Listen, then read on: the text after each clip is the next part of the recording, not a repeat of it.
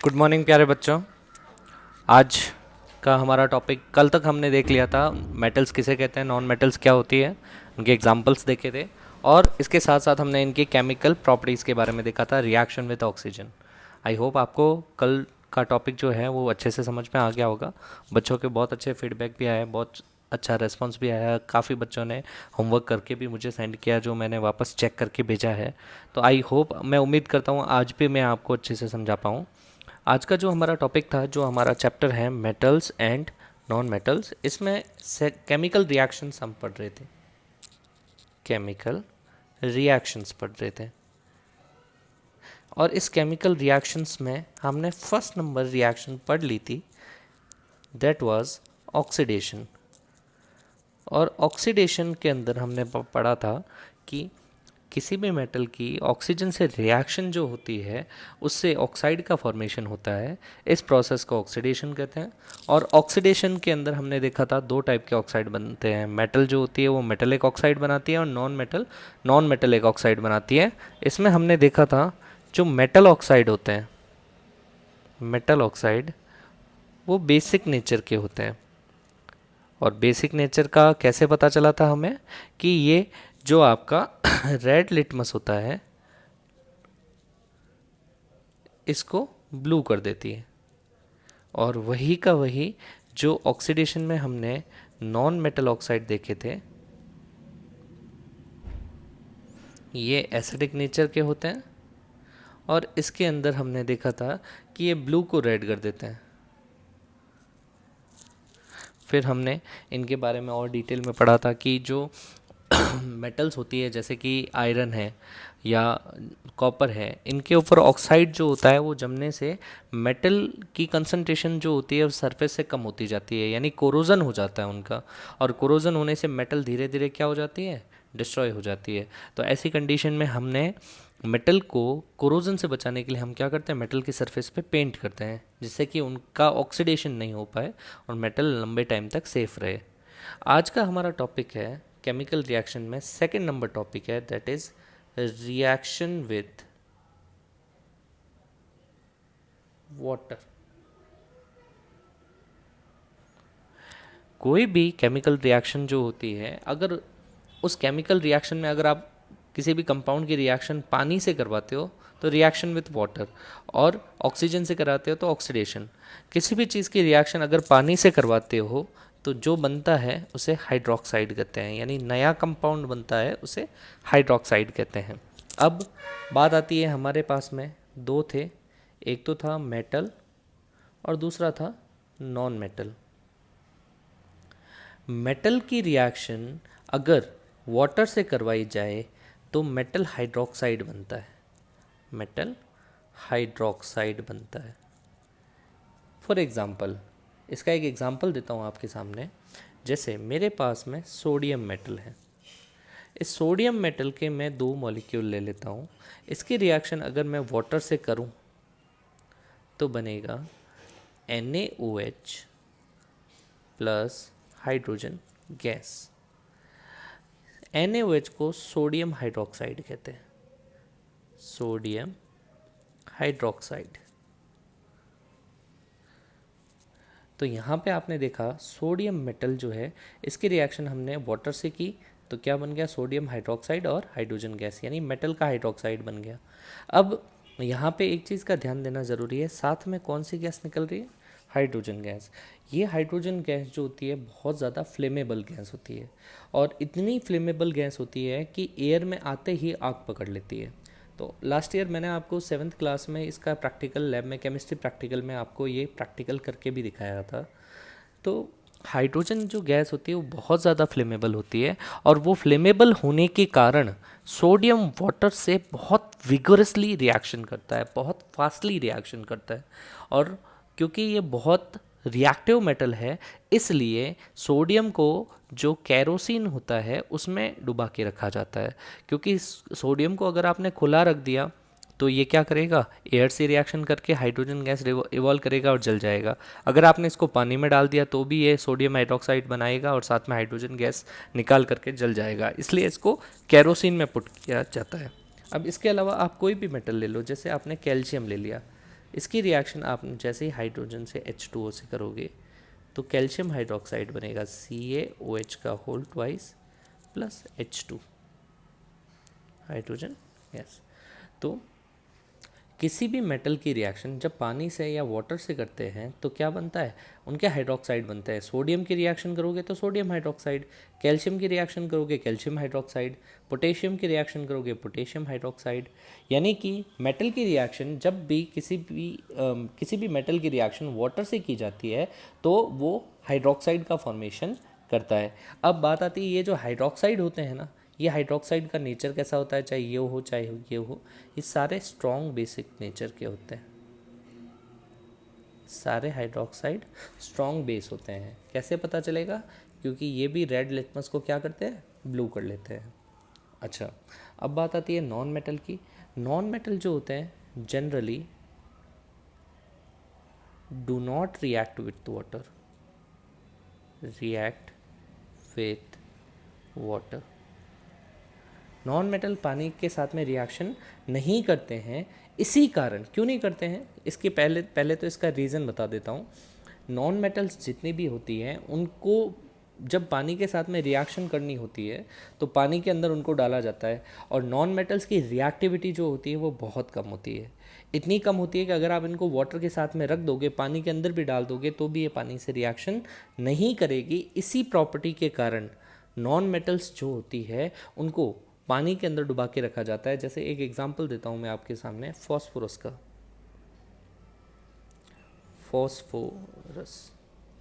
Phosphorus जिसका symbol P होता है, इसको अगर एयर में खुला रख दिया जाए तो ये एयर से रिएक्शन करके जलने लगता है। तो ऐसी कंडीशन में इस फॉस्फोरस को किस में, क्या, पानी में, वाटर के अंदर इसको डुबा के रखा जाता है ताकि ये रिएक्शन नहीं करें। तो जितने भी नॉन मेटल्स होते हैं वो पानी से रिएक्शन नहीं करते हैं या बहुत लेस रिएक्टिव होते हैं वाटर की रिएक्शन को लेकर के। तो अभी आपको इस टॉपिक से क्या समझ में आया, इस टॉपिक से आपको ये समझ में आया कि मेटल की रिएक्शन जब वाटर से करता है तो मेटल का हाइड्रोक्साइड बनता है, और नॉन मेटल जनरली वाटर से रिएक्शन नहीं करती है।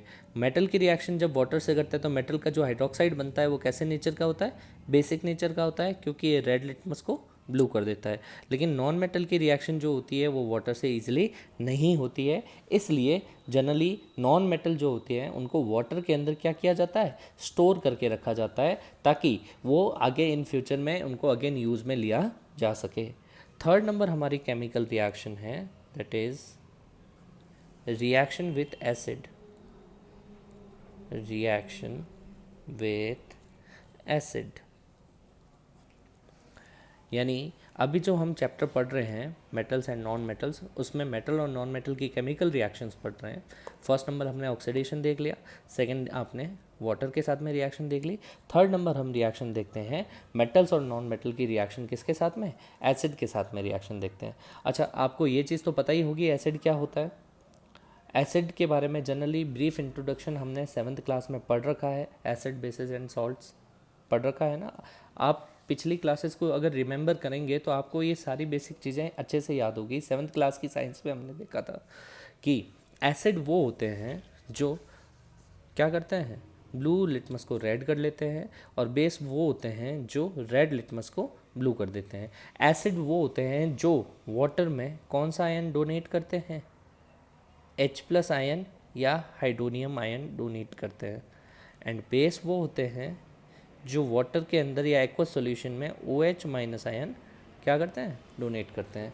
यानी एसिड और बेस का ये जो कंसेप्ट है, इस कंसेप्ट के अंदर फिर हमने ये इनके बारे में पढ़ा था। अब किसी भी मेटल या नॉन मेटल की रिएक्शन एसिड या बेस से करवाएं तो होगा क्या, इसको अगर हम देखें तो सबसे पहले आपको इतना ध्यान रखना होगा, एसिड जो होते हैं ये रिएक्शन करने से पहले एक चीज़ ध्यान रखना है, एसिड और बेस दोनों हमारे लिए बहुत हार्मफुल होते हैं। तो अगर हम कभी भी लैब में अगर इसको प्रैक्टिकल करें तो हमें बहुत केयरफुल रहना पड़ेगा, अदरवाइज़ ये हमारी स्किन को हार्म कर सकते हैं। अगर ये हमारी स्किन पर गिर गए तो स्किन जल भी सकती है, तो इनके साथ में बहुत ज़्यादा केयरफुल रहना पड़ता है। तो सबसे पहले हम बात करते हैं एसिड के साथ में, एसिड रिएक्शन विथ एसिड। इसको मैं अगले पेज पे ले लेता हूँ।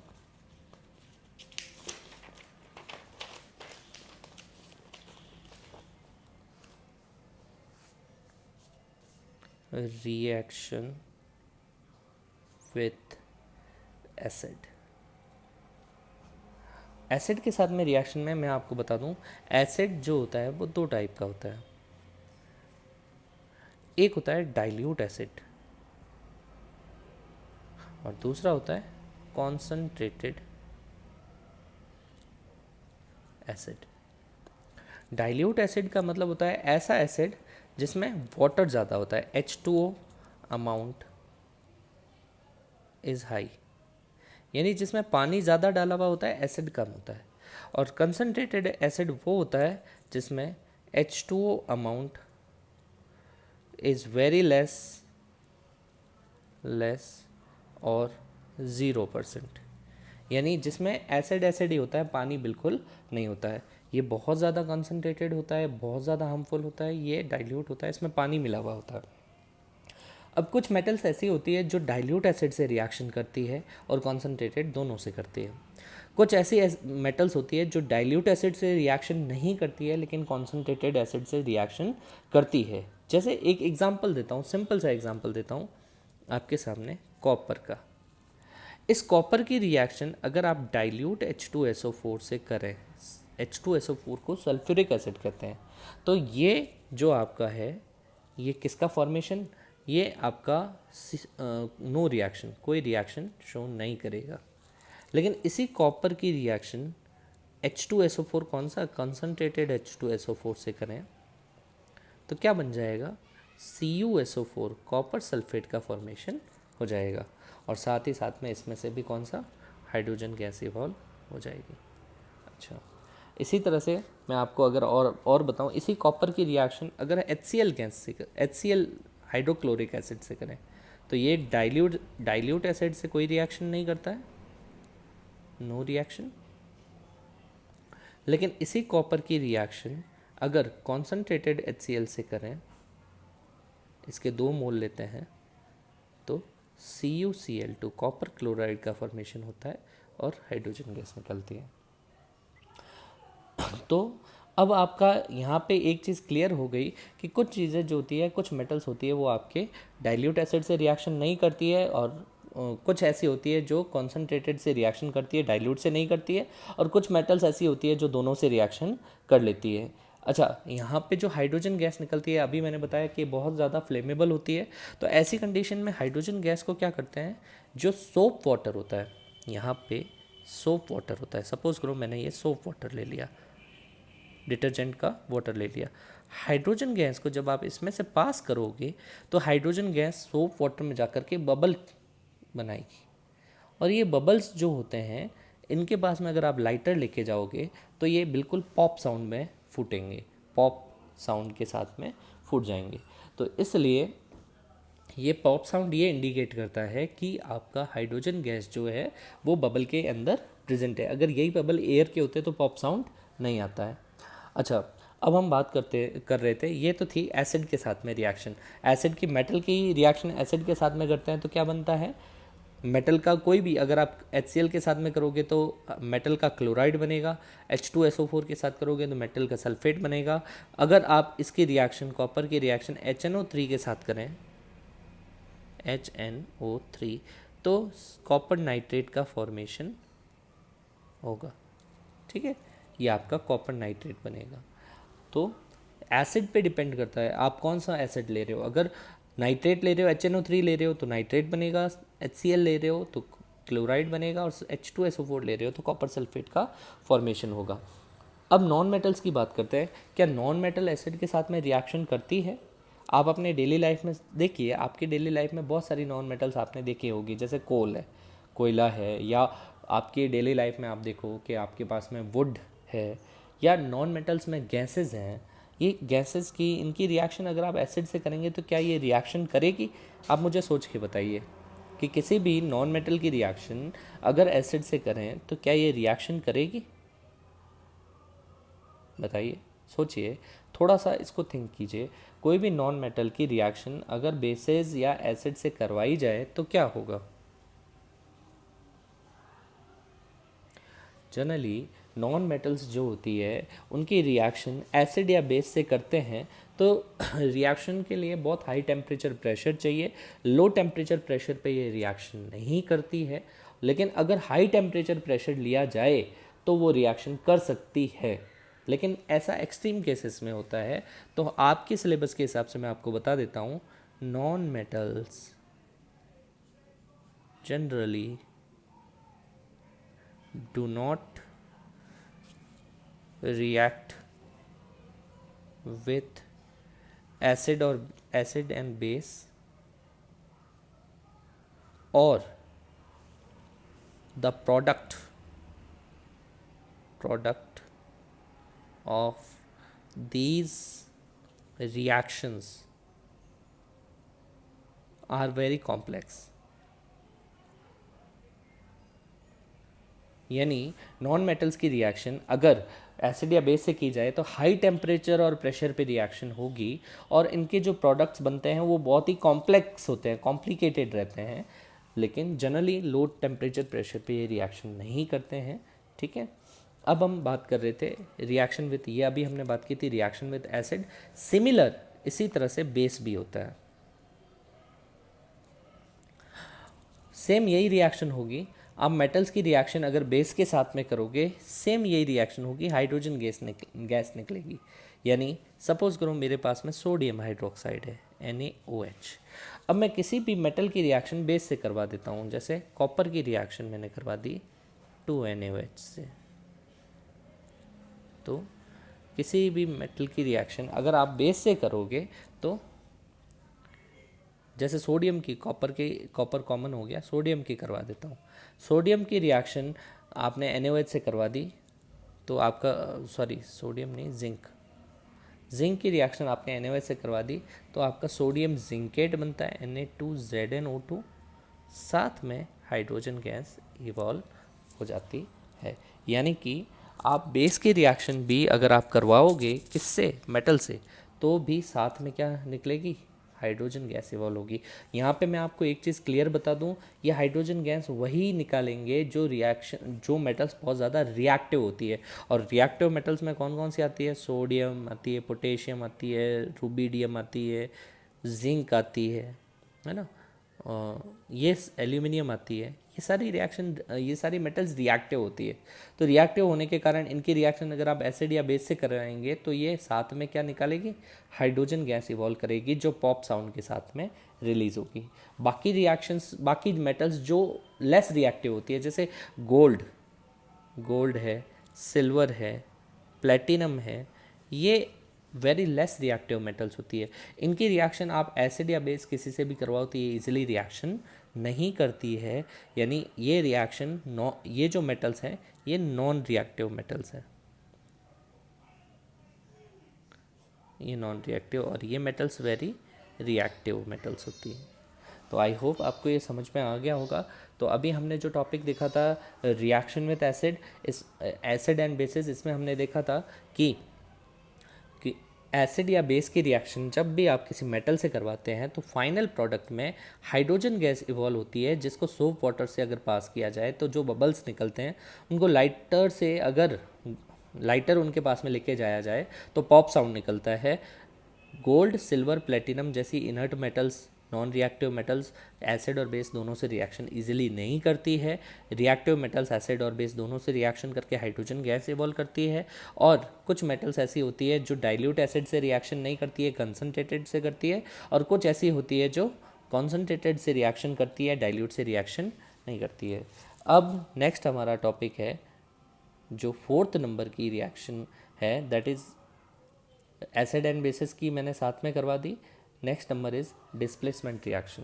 तो जो इससे पहले हमने देखा था reaction with acid and bases कर देता हूँ इसको। एंड नेक्स्ट हमारा topic is 4th number displacement reaction.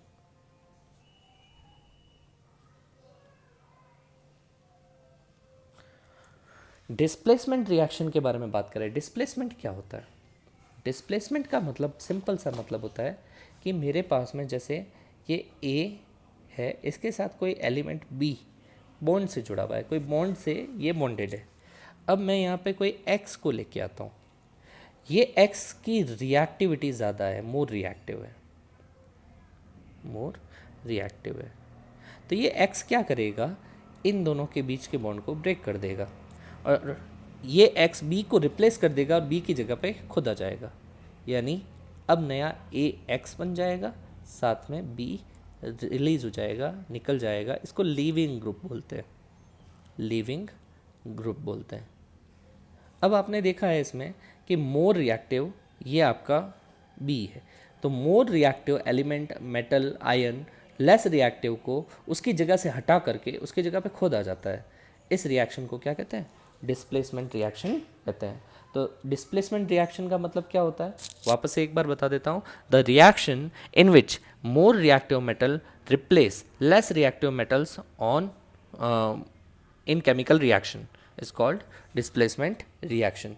अब डिस्प्लेसमेंट रिएक्शन की एग्जांपल्स देखते हैं। जैसे कॉपर सल्फेट है, आपके पास में कॉपर सल्फेट है, ये ब्लू कलर का सोल्यूशन होता है, केमिस्ट्री लैब में आपने देखा होगा, मैंने आपको लास्ट ईयर करवाया भी है। इसकी रिएक्शन जिंक से करते हैं, जिंक मेटल से। अब क्या होगा, जैसे आपने इसकी रिएक्शन कॉपर सल्फेट की रिएक्शन जिंक से की, ये मेटल है और कॉपर सल्फेट में मेटल कौन है, कॉपर है, तो ये मेटल इस मेटल को उसकी जगह से हटा देगी, तो क्या बन जाएगा, ZnSO4, और कॉपर अपनी जगह से निकल जाएगा। यानी आपका एग्जाम्पल में फर्स्ट नंबर आपने देखा था कि एक मेटल दूसरी मेटल को हटा रही है। अब इसमें ज़्यादा रिएक्टिव कौन है, जिंक ज़्यादा रिएक्टिव है, कॉपर लेस रिएक्टिव है, तो जिंक ने कॉपर को उसकी जगह से हटा दिया, तो कॉपर तो निकल गया, साथ में जिंक सल्फेट बन गया। इसी तरह से अगर आप इसका उल्टा एग्जाम्पल, एक और एग्जाम्पल लेता हूँ, CuSO4 कॉपर सल्फेट का एग्जाम्पल है। इसमें मैं आयरन का नेल डाल देता हूँ, यानी आयरन की कोई कील डाल देता हूँ कॉपर सल्फेट के सोल्यूशन में। अब क्या होगा, ये जो है ये मोर रिएक्टिव है, ज़्यादा रिएक्टिव है किससे, कॉपर से, तो क्या बन जाएगा, ये Fe इस कॉपर को इसकी जगह से हटा देगा और क्या बन जाएगा, FeSO4 प्लस Cu हो गया। इसी तरह से नेक्स्ट नंबर एग्जांपल लेता हूँ आपका कि अगर क्या इसका उल्टा मैं ट्राई करता हूँ कि क्या मैं ZnSO4 का सॉल्यूशन लूँ और इसमें कॉपर की नेल को डाल दूँ, तो क्या ये पॉसिबल होगा कि मेरे पास में जिंक सल्फेट का सॉल्यूशन है और इसमें मैंने कॉपर की नेल डाला, तो ये तो ज़्यादा रिएक्टिव है, ये लेस रिएक्टिव है, तो क्या ये लेस रिएक्टिव इस मोर रिएक्टिव को उसकी जगह से रिप्लेस कर सकता है, नहीं कर सकता है। इसका मतलब ये रिएक्शन नहीं होगी।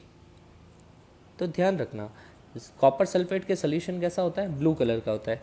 जैसे आप उसमें जिंक का नेल डालते हो तो इसका कलर जो होता है वो ब्लू कलर से फेड हो जाता है। यानी ये आपका जो ZnSO4 का सोल्यूशन है, ये कॉपर सल्फेट का जो ब्लू कलर का सोल्यूशन था, इसके अंदर जैसे आपने जिंक की रॉड डाल दी तो इसका कलर फेड हो गया। और ये जो कॉपर सल्फेट का सोल्यूशन है ये भी ब्लू कलर का होता है, जैसे ही इसमें आपने आयरन की नेल डाली ये आपका ब्राउन कलर का हो गया। लेकिन क्या ZnSO4 में कॉपर की रॉड डालने पर या कॉपर की नेल डालने पर क्या ब्लू कलर का सोल्यूशन बनेगा, तो नहीं बनेगा, क्योंकि कॉपर की रिएक्टिविटी जो होती है वो कम होती है। ठीक है, तो आई होप आपको ये समझ में आ गया होगा। इस रिएक्शन को क्या कहते हैं, डिस्प्लेसमेंट रिएक्शन कहते हैं। तो डिस्प्लेसमेंट जो रिएक्शन होती है वो तभी होती है जब more reactive metal less reactive metal को उसकी जगह से क्या कर ले, डिस्प्लेस कर ले। अब उसके बाद में नेक्स्ट हमारा टॉपिक है दैट इज यूजेज ऑफ